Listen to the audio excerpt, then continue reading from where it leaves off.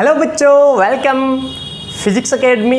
Okay student, बहुत सारे स्टूडेंटों के कमेंट आ रहे थे, सर इंग्लिश मीडियम का लेक्चर कब बनाओगे, सर इंग्लिश मीडियम का लेक्चर कब बनाओगे। तो इसको ध्यान में रखते हुए मैंने आज से इंग्लिश मीडियम का लेक्चर भी स्टार्ट कर दिया। ठीक है, हिंदी मीडियम का अपना लेक्चर शानदार चल रहा है, बहुत ही अच्छा चल रहा है। ठीक है, बच्चे बढ़िया देख रहे हैं। तो इंग्लिश मीडियम का आज से लेक्चर अपन स्टार्ट कर दिया है, 12th RBSc English medium. Okay student, तो आज अपन स्टडी करेंगे इंग्लिश मीडियम में चैप्टर नंबर फर्स्ट का lecture number first. Okay student, आपके लिए आज एक बड़ा डे है, बिगिनिंग डे, जिसमें आप अपना लेक्चर स्टार्ट कर रहे हो। अभी तक मान लो कई बहुत सारे स्टूडेंट हैं जिन्होंने अभी तक ऑनलाइन स्टडी स्टार्ट ही नहीं की थी। ओके, तो आज से इंग्लिश मीडियम का लेक्चर स्टार्ट होता है, तो आपके लिए बहुत बड़ा डे है, बिगिनिंग डे। ओके, तो स्टार्ट करते हैं न्यू जनवरी आज, तो चैप्टर नंबर फर्स्ट। तो आज का जो अपना लेक्चर है, पहले चैप्टर नंबर फर्स्ट के बारे में बता देता हूं कि अपना जो चैप्टर नंबर फर्स्ट है उसका नाम है electric field and electric charge and electric field. Electric charge and electric field. Okay, पहले इलेक्ट्रिक चार्ज आएगा क्योंकि इलेक्ट्रिक चार्ज से इलेक्ट्रिक फील्ड बनता है। तो चैप्टर नंबर फर्स्ट उसका नाम है electric charge and electric field. Okay student, chapter को स्टार्ट करते हैं। तो देखिए, फिजिक्स में आते ही अपन को दो वर्ड मिलते हैं, दो ब्रांचें मिलती है स्टार्टिंग की, जिसका नाम है, एक है इलेक्ट्रोस्टैटिक्स और एक है इलेक्ट्रोडायनेमिक्स। फिजिक्स की बात करते हैं, स्टार्टिंग में दो वर्ड मिलते हैं, दो वर्ड को नाम है, एक का नाम है इलेक्ट्रोस्टैटिक्स, एक का नाम है इलेक्ट्रोडायनेमिक्स। दो वर्ड बहुत ही शानदार, दो वर्ड जो चैप्टर 10 को लेकर जाते हैं, 10 चैप्टर को ये दो वर्ड हैंडल करते हैं। सिंपल से नाम है इलेक्ट्रोस्टैटिक्स, इलेक्ट्रोडायनेमिक्स। और कितने चैप्टर हैंडल करते हैं फिजिक्स में? 10 चैप्टर हैंडल करते हैं ये। This is branch of physics, ये फिजिक्स की ब्रांच है, ये वर्ड फिजिक्स की ब्रांच है। देखिए, इलेक्ट्रो यानी चार्ज, स्टैटिक्स मतलब स्थिर। यहाँ क्या होता है, इस ब्रांच में क्या होता है, ये एक ब्रांच है और ये भी एक क्या है, ब्रांच है। ठीक है, इसमें क्या होता है कि इसमें चार्ज एट रेस्ट में होता है। ओके, चार्ज क्या होता है, रेस्ट में होता है। यहाँ क्या होता है, यहाँ चार्ज एट मोमेंट, यहाँ चार्ज क्या करता रहता है, यहाँ चार्ज मोमेंट करता रहता है। ओके, मोमेंट का मतलब है चार्ज यहाँ गति करता रहता है, चार्ज यहाँ स्थिर नहीं रहता है। इस ब्रांच में चार्ज स्थिर नहीं रहता है, इस चार्ज में चार्ज क्या होता है, यहाँ मोमेंट करता रहता है, गतिशील करता रहता है। और यहाँ पर जो चार्ज है, इस ब्रांच में जो चार्ज है वो क्या करता रहता है, रेस्ट रहता है। Charge at rest, charge at moment, charge at rest, electrostatics. Charge at dynamics, electrodynamics. Charge at moment, electrodynamics. ठीक है, तो देखिए, जब चार्ज रेस्ट में रहता है, जब चार्ज रेस्ट में रहता है तो इसे स्टैटिक चार्ज भी कहते हैं। क्या कहते हैं, स्टैटिक चार्ज भी कहते हैं। स्टैटिक चार्ज, स्टैटिक चार्ज का मतलब समझ गए आप। स्टैटिक चार्ज क्या होता है, charge when charge at rest called static charge. जब चार्ज रेस्ट में रहता है उस चार्ज को क्या नाम दिया गया है, स्टैटिक चार्ज नाम दिया गया है। When charge at rest called static charge. Okay, और जो मोमेंट चार्ज होता है, जो डायनेमिक्स चार्ज होता है, वो चार्ज क्या होता है बताइए, when charge at moment, charge moment करता रहता है, दिस कॉल्ड डायनेमिक्स चार्ज। ये होता है स्टैटिक चार्ज, ये होता है डायनेमिक्स चार्ज। ओके स्टूडेंट, तो आपको पता है इस इलेक्ट्रोस्टैटिक्स में अपन क्या क्या पढ़ते हैं। जब चार्ज रेस्ट में रहता है तो अपन क्या क्या पढ़ते हैं, अपन आपको पता है, जब चार्ज रेस्ट में रहता है तो अपन electric charge and electric field पढ़ते हैं। Electric charge and electric field जो कि पहला चैप्टर है वो पढ़ते हैं। दूसरा चैप्टर जो गाउस लॉ है वो पढ़ते हैं। पोटेंशियल पढ़ते हैं, कैपेसिटेंस पढ़ते हैं, कैपेसिटेंस भी अपन पढ़ते हैं। जब चार्ज रेस्ट में रहता है तो अपन स्टार्टिंग के 4 चैप्टर पढ़ते हैं। जब चार्ज रेस्ट में रहता है तो कौन कौन सा electric charge and electric field पढ़ते हैं। और क्या पढ़ते हैं अपन गाउस लॉ एक्सपेरिमेंट ये पढ़ते हैं, एप्लीकेशन ऑफ गाउस लॉ पढ़ते हैं। थर्ड पोटेंशियल पढ़ते हैं। फोर्थ कैपेसिटेंस पढ़ते हैं। ओके, कैपेसिटेंस संधारित्र, ठीक है। तो ये सारे अपन चार्ज जब रेस्ट रहता है तब पढ़ते हैं स्टार्टिंग के 4 चैप्टर। उसके बाद में जब चार्ज क्या करता रहता है, जब चार्ज मोमेंट करता रहता है तो अपने पास क्या आ जाता है, जब चार्ज मोमेंट करता है तो अपने पास मैग्नेटिक इफेक्ट आ जाता है। क्या आ जाता है? मैग्नेटिक इफेक्ट आ जाता है, करंट फ्लो होने लग जाती है। तो इसके अंदर एक तो अपन यहाँ 5वां चैप्टर पढ़ते हैं अपन, जब चार्ज मोमेंट करना स्टार्ट हुआ तो अपने पास आ जाता है करंट इलेक्ट्रिसिटी। उसके बाद में करंट इलेक्ट्रिसिटी और उसके बाद में आपका जो सर्किट आ जाता है करंट वाले में। उसके बाद में अपना क्या आ जाता है, मैग्नेटिक इफेक्ट आ जाता है, क्योंकि करंट फ्लो होती है तो मैग्नेटिक इफेक्ट उत्पन्न होता है। उसके बाद में अपन स्पेशल मैग्नेटिज्म पढ़ते हैं और अपन क्या पढ़ते हैं, इंडक्शन पढ़ते हैं और अपन क्या पढ़ते हैं, अल्टरनेट करंट भी अपन पढ़ते हैं। ये 10 चैप्टर 5, 6, 7, 8, 9, 10 इन बाकी के 6 चैप्टरों में क्या होता है, इलेक्ट्रोडायनेमिक्स, मतलब चार्ज मोमेंट करता रहता है। मेरी बात आप अच्छे तरीके से समझ गए। मैं आपको बता रहा हूँ, अभी स्टार्टिंग बेसिक लेक्चर है, मैं ये बता रहा हूँ कि जब फिजिक्स का नाम आता है तो 2 वर्ड आते हैं, एक इलेक्ट्रोस्टैटिक आता है, एक इलेक्ट्रोडायनेमिक्स आता है, ठीक है। ये 2 वर्ड नहीं है, ये 2 ब्रांचेज है। इलेक्ट्रोस्टैटिक्स में क्या होता है, चार्ज रेस्ट में रहता है, चार्ज मोमेंट नहीं करता है। तो इसमें अपन 4 चैप्टर पढ़ते हैं कि फर्स्ट इलेक्ट्रिक फील्ड और इलेक्ट्रिक चार्ज का पढ़ते हैं, दूसरा गाउस लॉ एंड एक्सपेरिमेंट का पढ़ते हैं, एप्लीकेशन का पढ़ते हैं, थर्ड पोटेंशियल वगैरह भी पढ़ते हैं, जो कैपेसिटेंस होता है वो भी अपन चार्ज एट रेस्ट में ही पढ़ते हैं। ओके, फिर उसके बाद में चार्ज मोमेंट करना स्टार्ट हो जाता है। जब चार्ज मोमेंट करता है, फ्लो होता है तो करंट बनती है, तो 5वां चैप्टर अपने पास करंट का आ जाता है। ये अब जो अपन पढ़ रहे हैं वो इलेक्ट्रोडायनेमिक्स में अपन पढ़ रहे हैं। जब करंट फ्लो करती है तो मैग्नेटिक इफेक्ट उत्पन्न होता है, ठीक है। तो 5वां चैप्टर करंट का है, 6वां चैप्टर करंट को फ्लो होने के लिए सर्किट चाहिए, इसलिए यहाँ पर सर्किट का चैप्टर होता है। 7वां चैप्टर करंट फ्लो होती है तो मैग्नेटिक इफेक्ट उत्पन्न होता है।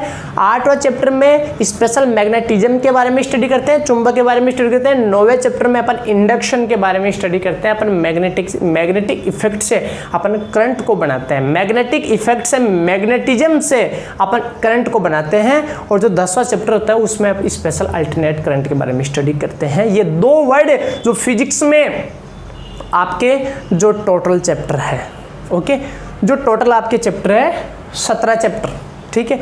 उन 17 चैप्टरों में से जो आपके 10 चैप्टर है वो 10 चैप्टर केवल 2 वर्ड ऊपर आते हैं, एक इलेक्ट्रोस्टैटिक्स पर है और एक किस पर है, एक इलेक्ट्रोडायनेमिक्स पर है। ओके, मेरी बात अच्छी तरीके से समझ गया। 10 चैप्टर किस में है, मात्र 2 कौन सा, एक इलेक्ट्रोस्टैटिक्स पर है और एक इलेक्ट्रोडायनेमिक्स पर है। कितने chapter, 10 chapter.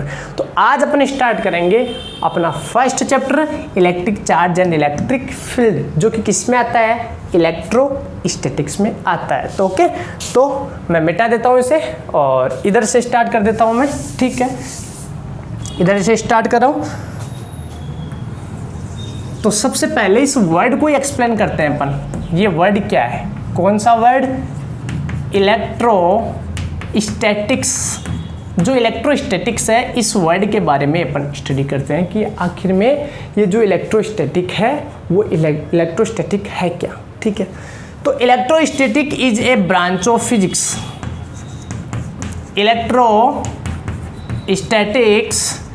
Electrostatics is a branch of physics. ये जो इलेक्ट्रोस्टैटिक्स है ये एक फिजिक्स की ब्रांच है।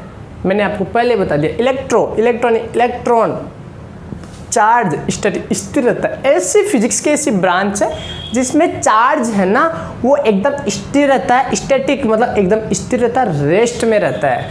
तो electrostatics is a branch of physics in which deals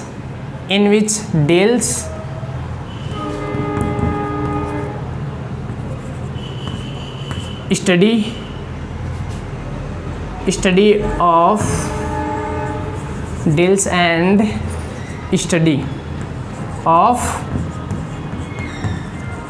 properties and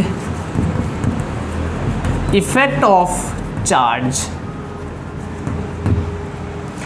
इलेक्ट्रोस्टडी is a branch of physics in which, जिसके अंदर डील्स एंड स्टडी करते हैं अपन, ओके देखते हैं और स्टडी करते हैं of properties and effect of charge.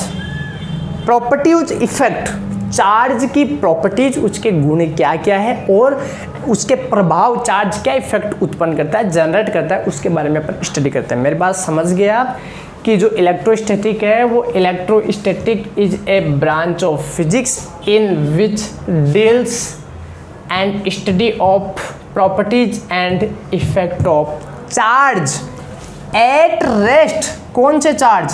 At rest, ऐसे चार्ज जो कि क्या हो, रेस्ट में हो, उनके बारे में अपन स्टडी करते हैं। और ऐसे चार्जों को कौन सा चार्ज करते हैं? ऐसे चार्जों को स्टैटिक चार्ज कहते हैं। कौन सा चार्ज कहते हैं? ऐसे चार्जों को स्टैटिक चार्ज कहते हैं जो कि रेस्ट हो। तो कुल मिला के इलेक्ट्रोस्टैटिक में जो चार्ज रेस्ट है उनकी प्रॉपर्टीज एंड इफेक्ट के बारे में अपन क्या करते हैं? स्टडी करते हैं। ओके, ये अपने पास उस ब्रांच की डेफिनेशन हो गई।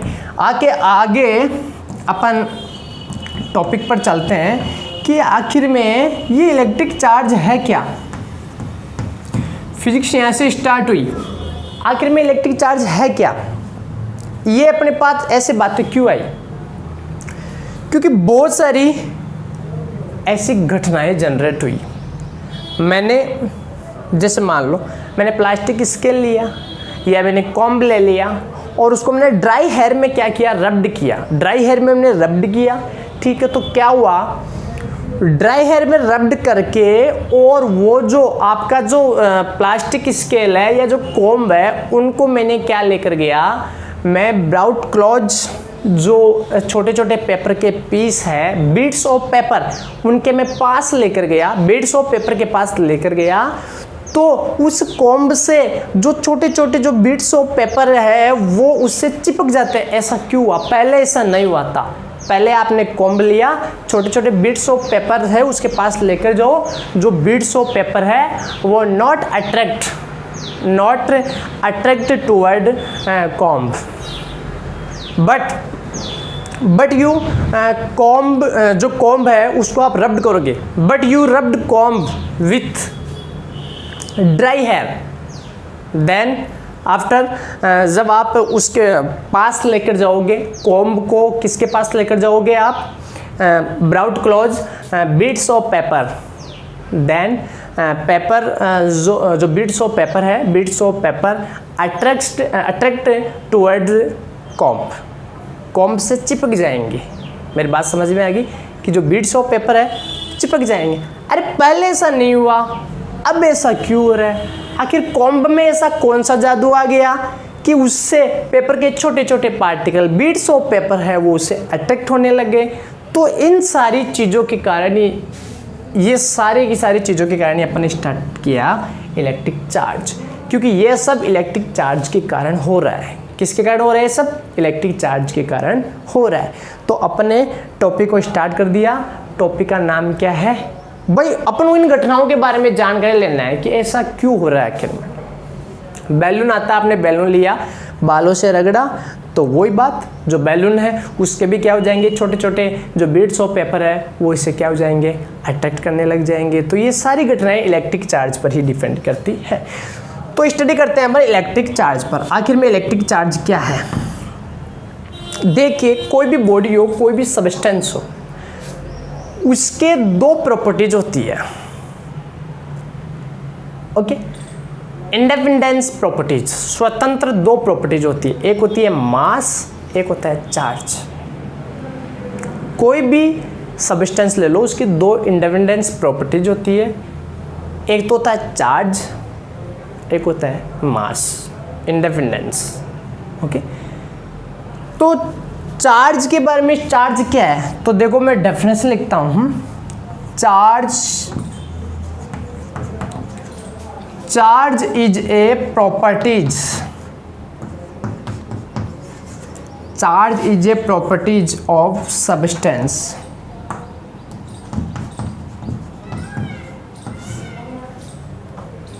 Charge is a properties of substance, जो चार्ज है सब्सटेंस का एक प्रॉपर्टीज है, due to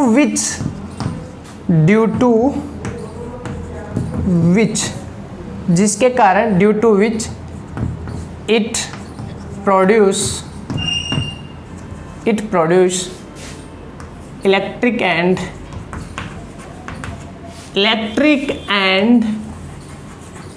magnetic effect.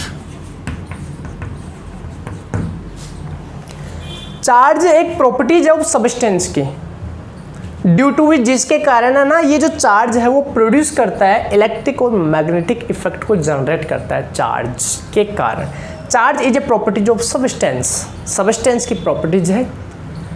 Substance आप जानते हो, एनीथिंग, कोई भी सब्सटेंस है, कोई भी वस्तु है, ठीक है। तो ये एक गुण होता है, चार्ज एक गुण होता है, उसकी प्रॉपर्टीज होती है जिसके कारण वह क्या प्रोड्यूस करता है, जिसके कारण वह इलेक्ट्रिक एंड मैग्नेटिक इफेक्ट को उत्पन्न करता है। या मैं ऐसे भी बोल सकता हूं कि सब्सटेंस में यदि चार्ज आ जाता है, यदि सब्सटेंस पर चार्ज आ जाता है, चार्ज आने के कारण वो क्या करता है, अन्य सब्सटेंस को या तो अट्रैक्ट करता है या उसे रिपल्स करता है। तो अट्रैक्ट और रिपल्स जिस प्रॉपर्टीज के कारण कर रहा है ना, उस प्रॉपर्टीज का नाम है क्या, उस प्रॉपर्टीज का नाम है इलेक्ट्रिक चार्ज। या फिर क्या लिखूंगा, या it repel and attract any other substance. या फिर ये वस्तु है वो रिपेल या अट्रैक्ट करती है एनी अदर सब्सटेंस, अन्य कोई वस्तु को क्या करती है, आकर्षित या प्रतिकर्षित करती है, अट्रैक्ट एंड रिपेल करती है। किसके कारण, उस प्रॉपर्टीज के कारण। Charge is a properties of substance. तो मेरी बात समझ में आ गई कि चार्ज है वो क्या है। चार्ज कुछ भी नहीं है, चार्ज एक प्रॉपर्टीज है, सब्सटेंस का प्रॉपर्टीज है। ओके, उस प्रॉपर्टीज के कारण वो जो सब्सटेंस है वो क्या प्रोड्यूस करता है, electric and magnetic effect generate करता है, या फिर ये अन्य सब्सटेंस को या तो अट्रैक्ट करता है या रिपेल करता है। ये सारा का सारा सब कुछ, एनीथिंग, इस इलेक्ट्रिक चार्ज के कारण ही होता है। मेरी बात समझ में आ गई। ये इलेक्ट्रिक चार्ज की क्या है, डेफिनेशन है। ओके, हाँ, तो इसके बारे में अपन ने स्टडी कर ली कि इलेक्ट्रिक चार्ज होता क्या है। अब मैं आपको दो बात बता रहा हूँ कि मैंने बताया था कि सब्सटेंस होता है, उसकी सब्सटेंस के पास जो प्रॉपर्टीज होती है वो एक तो होती है मास की, एक होती है चार्ज भी प्रॉपर्टीज है और मास भी प्रॉपर्टीज है सब्सटेंस का। इन दोनों में रिलेशन क्या है, मैं यहाँ एक पॉइंट दे रहा हूँ कि ना, CHARGE, charge and mass are properties of substance. ये दोनों प्रॉपर्टीज है सब्सटेंस की, मास भी प्रॉपर्टीज है एंड चार्ज भी प्रॉपर्टीज है। अब इन दोनों के बारे में मैं कुछ रिलेशन लेना चाहता हूं कि क्या ऐसी कोई सब्सटेंस है जिसके पास चार्ज हो बट मास नहीं हो, क्या ऐसी कोई सब्सटेंस है जिसके पास मास हो चार्ज नहीं हो, क्या ऐसा हो सकता है? तो देखिए मैं आपको बता देता हूं,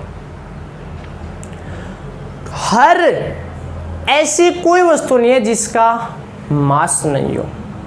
मास तो होगा बट जरूरी नहीं है कि उसका चार्ज भी होगा।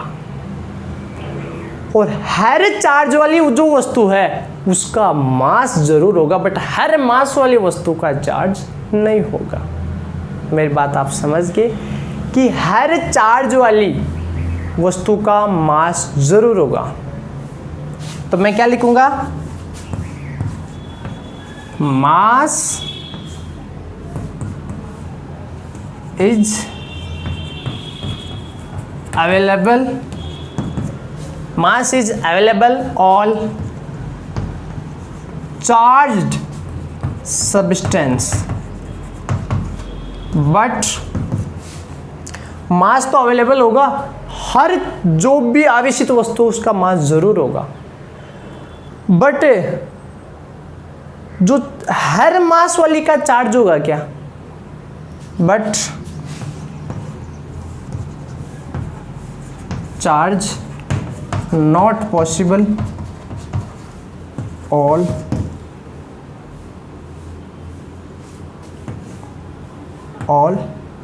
substance with mass. Mass is available all charged substance. Anything जो भी वस्तु चार्ज है उसका मास अवेलेबल है, but charge not possible all substance with mass. हर मास वाली वस्तु का चार्ज पॉसिबल नहीं है, कोई ज़रूरी नहीं है कि हर मास वाली वस्तु पर चार्ज हो, ठीक है। बट हर चार्ज वाली जो वस्तु है उसका मास तो ज़रूर, ऐसी कोई वस्तु है जिसका मास नहीं हो सकता, नहीं है, सबका मास है। बट ऐसी कोई वस्तु है कि जिस पर चार्ज नहीं हो सकता, बिल्कुल है। चार्ज बहुत सारी वस्तुओं पर है, बहुत सारी वस्तुओं पर नहीं है। मेरी बात आप अच्छी तरीके से समझ गए, ठीक है। ये था रिलेशन बिटवीन चार्ज एंड मास पे, ठीक है। तो स्क्रीनशॉट ले लो जल्दी से, मैं इसे मिटा देता हूँ। फिर अपन स्टडी करते हैं effect of charge. Effect of charge, मैंने इलेक्ट्रोस्टैटिक पढ़ ली। इलेक्ट्रोस्टैटिक क्या होती है? Electrostatic is a branch of physics in which deals and study about properties and effect of charge at rest. Okay, मैंने पढ़ लिया इलेक्ट्रिक चार्ज क्या होता है, वो भी मैंने पढ़ लिया। Electric charge is a properties of substance due to which it produce electric and magnetic effect. या फिर जो वो वस्तु है, जो वो सब्सटेंस है, वो रिपेल एंड अट्रैक्ट करती है एनी अदर सब्सटेंस के किस गुण के कारण? इस चार्ज के कारण। चार्ज इज ए प्रॉपर्टीज, इस गुण के कारण। ओके, ये भी पढ़ लिया मैंने चार्ज और मास में मैंने रिलेशन भी देख लिया अच्छी तरीके से। क्या रिलेशन देखा मैंने कि जो भी हर वस्तु जिसका मास होता है उस पर चार्ज पॉसिबल नहीं है, बट जिसका चार्ज होता है उसका मास जरूर होता है। हर चार्ज वाली वस्तु पर मास होता है, बट हर मास वाली वस्तु पर चार्ज नहीं होता है। ये चीज़ अपने अच्छी तरीके से देख ली है। अब स्टडी करते हैं इफेक्ट ऑफ चार्ज के क्या क्या इफेक्ट है। ओके, तो देखिए चार्ज दो इफेक्ट उत्पन्न करता है। Charge produce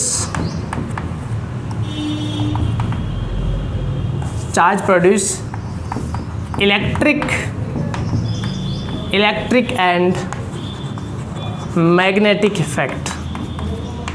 electric and magnetic effect, two effect क्या करता है? चार्ज जनरेट करता है, इलेक्ट्रिक एंड मैग्नेटिक। कब कब करता है बताइए? इसलिए तो चार्ज इंपोर्टेंट है। मैं इसे बोल रहा हूँ चार्ज इंपोर्टेंट क्यों है? अरे भाई ये चार्ज 10 चैप्टर को पढ़ाता है, इसलिए चार्ज वेरी इंपॉर्टेंट है। क्योंकि चार्ज ही तो इलेक्ट्रिक फील्ड जनरेट करता है और चार्ज ही मैग्नेटिक इफेक्ट जनरेट करता है, इसलिए चार्ज इज इंपॉर्टेंट। क्योंकि चार्ज के कारण दो इफेक्ट आते हैं, इलेक्ट्रिक एंड मैग्नेटिक, और इलेक्ट्रिक एंड मैग्नेटिक इफेक्ट के अंदर 10 चैप्टर आते हैं। तो आप समझ जाइए कि चार्ज का कितना अपने आप में महत्वपूर्ण, कितना इंपॉर्टेंस है। तो कब कब ये क्या करता है? तो देखिए, जब ये कोई चार्ज है, जब चार्ज रेस्ट पे रहता है, चार्ज एट रेस्ट पे है, तो क्या होगा? ये केवल है ना इलेक्ट्रिक फील्ड जनरेट करेगा, केवल इलेक्ट्रिक फील्ड जनरेट करेगा, केवल इलेक्ट्रिक इफेक्ट उत्पन्न करेगा जब ये रेस्ट में हो। जब जो चार्ज है वो मोमेंट कर रहा हो, चार्ज एट मोमेंट,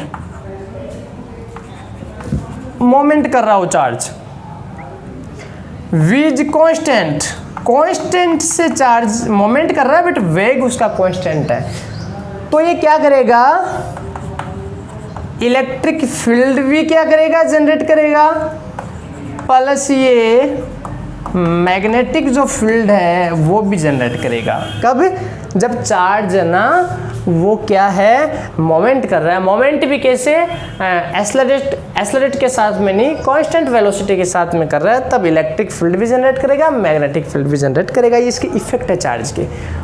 और अब की बार जो चार्ज है वो मोमेंट तो कर रहा है but V not is equal to constant, मतलब मोमेंट कर रहा है लेकिन उसमें एक्सेलरेशन है।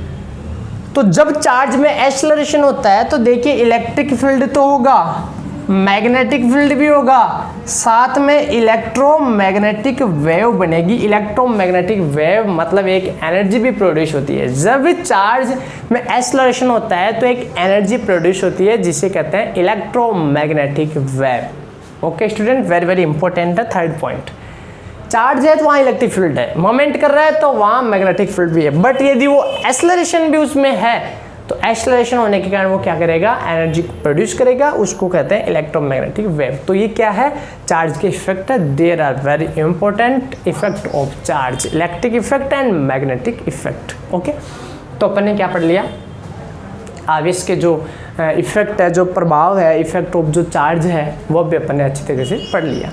अब अपन पढ़ेंगे प्रोडक्शन ऑफ चार्ज। ये चार्ज का उत्पादन कैसे हुआ, चार्ज की जो हिस्ट्री है वो हिस्ट्री क्या है, इसके बारे में अपन क्या करेंगे, इसके बारे में अपन स्टडी करेंगे। ओके, तो स्क्रीनशॉट ले लो अपने, इधर चलते हैं, इधर पूरा मिटा देता हूँ, आपने ले लिया होगा स्क्रीनशॉट। तो देखिए नेक्स्ट अपन स्टडी करेंगे किसके बारे में, नेक्स्ट अपनी स्टडी किसके बारे में है, production of charge, production of charge, production of charge के बारे में अपन क्या करेंगे, स्टडी करेंगे। कैसे हुआ production,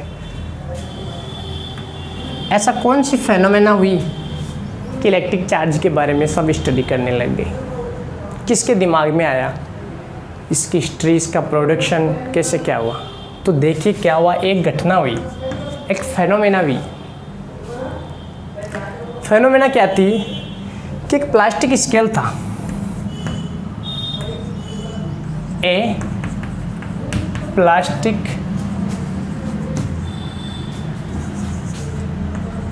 when a plastic scale, या फिर आप क्या ले लो, comb rubbed with dry hair, एक प्लास्टिक स्केल है वो, या फिर कॉम्ब ले सकते हो, उसको आपने रब्ड किया विथ ड्राई हेयर से आपने रब्ड कर दिया, ठीक है, उसको रगड़ा, एंड ब्राउट क्लॉज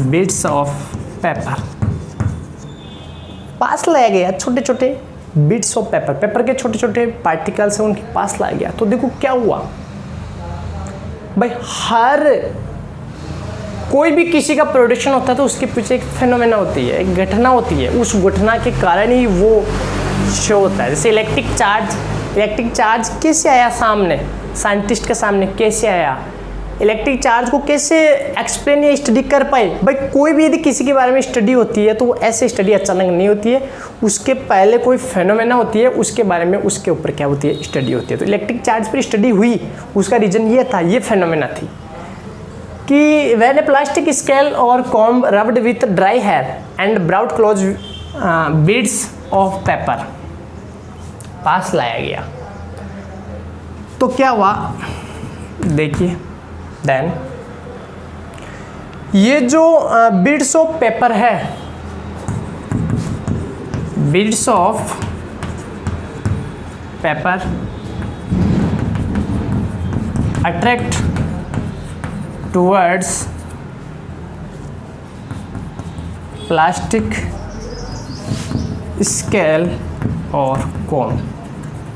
क्या हुआ, ये जो बीड्स ऑफ पेपर है ये अट्रैक्ट होने लग गए, किससे अट्रैक्ट होने लगे, चिपक गए, किसके, कोम्ब के या प्लास्टिक स्केल से क्या हो गए, चिपक गए। ओके, तो this phenomena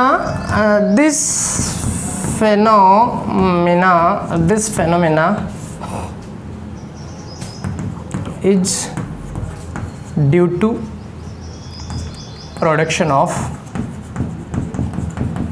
production of charge. ये फेनोमेना है चार्ज की प्रोडक्शन की, ये घटना ही प्रोडक्शन ऑफ चार्ज, ये जो घटना है ये कारण है प्रोडक्शन ऑफ चार्ज का। कैसा क्यों हुआ, जो चार्ज का प्रोडक्शन हुआ है उसकी फेनोमेना यही है।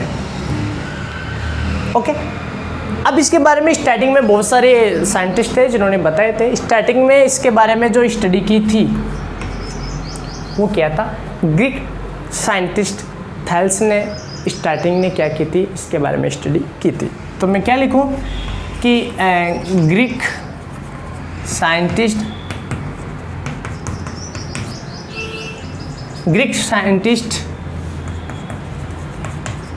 थैल्स,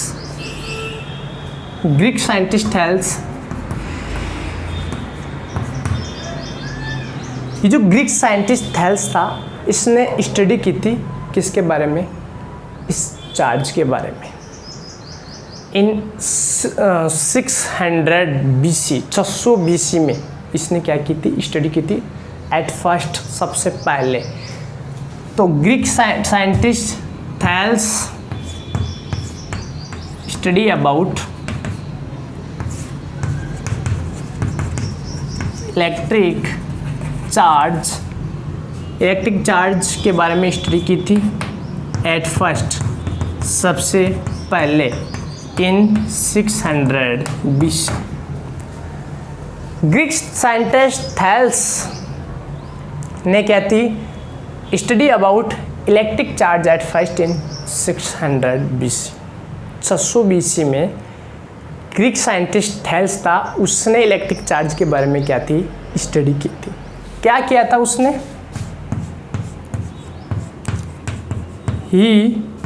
थैल्स, ओके, उसने क्या किया, ही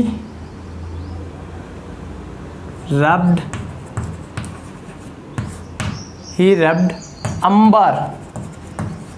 एम्बर विथ वूल। एम्बर क्या होता है, एक सब्सटेंस है एम्बर। ओके, तो वूल से उसने क्या किया, रगड़ा। तो वूल से रगड़ा तो क्या हुआ बताइए, जो वूल से है ना क्या हुआ था, जो बीड्स ऑफ पेपर थे वो सारे के सारे इस वूल से क्या होने लगे, अट्रैक्ट होने लगे। तो मैं क्या बोलूँगा, he rubbed amber with wools, then beads of paper attract wool. सारे के सारे छोटे छोटे बीड्स ऑफ पेपर है, छोटे छोटे पार्टिकल है, वो क्या होने लग गए, उस वूल से क्या होने लग गए, अट्रैक्ट होने लग गए। तो ये जो घटना है, वो ये जो एक्सपेरिमेंट है, ये सबसे पहले स्टार्टिंग में किसने किया था, ये सबसे पहले स्टार्टिंग में ग्रीक साइंटिस्ट थैल्स ने किया था, 600 BC में किया था। उसके माइंड में यह है कि ऐसा क्यों हुआ, आखिर वूल में ऐसी क्या प्रॉपर्टीज आ गई कि वूल जो बीड्स ऑफ पेपर है उनको अट्रैक्ट करने लग गया। क्योंकि अट्रैक्ट और रिपल तो कब होता है, किसी भी सब्सटेंस, कोई भी सब्सटेंस अट्रैक्ट या रिपल तब करता है जब उसके पास एक प्रॉपर्टी जिसका नाम है इलेक्ट्रिक चार्ज वो आ जाए। इसका मतलब क्या हुआ कि वूल को आपने एम्बर से रगड़ा तो वूल चार्ज हो गया है, जिसके कारण वो छोटे छोटे बीड्स ऑफ पेपर को क्या करने लग गया, अट्रैक्ट करने लग गया। मेरी बात आप अच्छी तरीके से समझ गए होंगे। उसके बाद में गिलबर्ट आया था और गिलबर्ट ने क्या की थी, स्टडी की थी कि जब दो सब्सटेंस को रब्ड किया जाता है तो वो दोनों के दोनों सब्सटेंस क्या हो जाते हैं, चार्ज्ड हो जाते हैं। इसके बारे में जो स्टडी की थी उसका नाम था गिलबर्ट इन 1600 में, इन ईयर ऑफ 1600 गिलबर्ट ने स्टडी की थी। किसके बारे में स्टडी की थी गिलबर्ट ने, कि जब दो सब्सटेंस को रब्ड किया जाता है तो दोनों के दोनों चार्ज हो जाती है। और उसने फिर बाद में अपना एक्सपेरिमेंट दिया था, Gilbert first experiment and second experiment. Okay student, तो आज के लिए बेसिक इतना ही करते हैं अपन। आगे न्यू लेक्चर में अपन गिलबर्ट के बाद में अपना कंप्लीटली ये चैप्टर स्टार्ट हो जाएगा। आज जो इस चैप्टर के बारे में केवल बेसिक डिटेल मिली है आपको, और कुछ नहीं कि इलेक्ट्रोस्टैटिक क्या है, कि इलेक्ट्रिक चार्ज क्या है, इलेक्ट्रिक चार्ज क्या इफेक्ट जनरेट करता है, इलेक्ट्रिक चार्ज एंड मास जो होता है उसमें क्या इफेक्ट, क्या रिलेशन होता है, क्या जो मास भी एक सब्सटेंस का प्रॉपर्टीज़ है, इलेक्ट्रिक चार्ज भी प्रॉपर्टीज़ है, और दोनों में क्या डिफरेंट है, ये अपने स्टडी की थी। इलेक्ट्रिक चार्ज का प्रोडक्शन कैसे हुआ था, आखिर कौन सी ऐसी फेनोमेना है जिसके कारण अपने इलेक्ट्रिक चार्ज की स्टडी की थी, आखिर ऐसा कौन सा एग्जाम्पल है इलेक्ट्रिक चार्ज का, एक जनरल लाइफ एग्जाम्पल कौन सा इलेक्ट्रिक चार्ज का, कौन सी ऐसी फेनोमेना है जो आप ना एक्सप्लेन कर सको इलेक्ट्रिक चार्ज को कि वास्तव में इलेक्ट्रिक चार्ज का प्रोडक्शन हुआ है। ठीक है, कौन सा ऐसा पहला साइंटिस्ट था जिसने स्टडी की थी इलेक्ट्रिक चार्ज के बारे में, ग्रीक साइंटिस्ट थेल्स था। क्या उसने उस समय किससे स्टडी की थी, तो उस समय उसने एम्बर लिया था, amber is a substance, okay, and wool लिया था, दोनों को रब्ड किया था। तो क्या हुआ कि वूल अट्रैक्ट करने लग गया बीड्स ऑफ पेपर को। तो यहाँ से इलेक्ट्रिक चार्ज की स्टडी स्टार्ट हुई थी। उसके बाद में साइंटिस्ट गिलबर्ट आया था, गिलबर्ट का एक्सपेरिमेंट अपन कल पढ़ेंगे। ओके स्टूडेंट, तो यदि आपको वीडियो अच्छा लगा तो लाइक कीजिए, शेयर कीजिए, और इंग्लिश मीडियम जो स्टूडेंट्स अभी तक चैनल को सब्सक्राइब नहीं किया तो आपको ज़रूर सब्सक्राइब करना है। और हिंदी मीडियम लेक्चर के लिए यहाँ अलग से प्लेलिस्ट बनी हुई है जहाँ पर अपने पास हिंदी मीडियम के लेक्चर लगातार चल रहे हैं, जो कि 3 चैप्टर कंप्लीट हो चुके हैं। ओके स्टूडेंट, तो आप ऐसे यदि मुझे आप प्यार मोहब्बत देते रहोगे तो यहाँ पर एक इस प्लेटफॉर्म को अपन बहुत शानदार अन्य कंपटीशनल एग्ज़ाम के लिए भी बहुत शानदार इसे तैयार करेंगे। तो जल्दी से जल्दी इस चैनल को आप सब्सक्राइब करो, लाइक कीजिए और शेयर करना मत भूलिएगा। ओके स्टूडेंट, तब तक जय हिंद, वंदे मातरम। स्टूडेंट्स, यदि आपको वीडियो अच्छा लगा तो इस चैनल को सब्सक्राइब करें और न्यू वीडियो प्राप्त करने के लिए इस बेल आइकन को ज़रूर दबाएं। Okay student.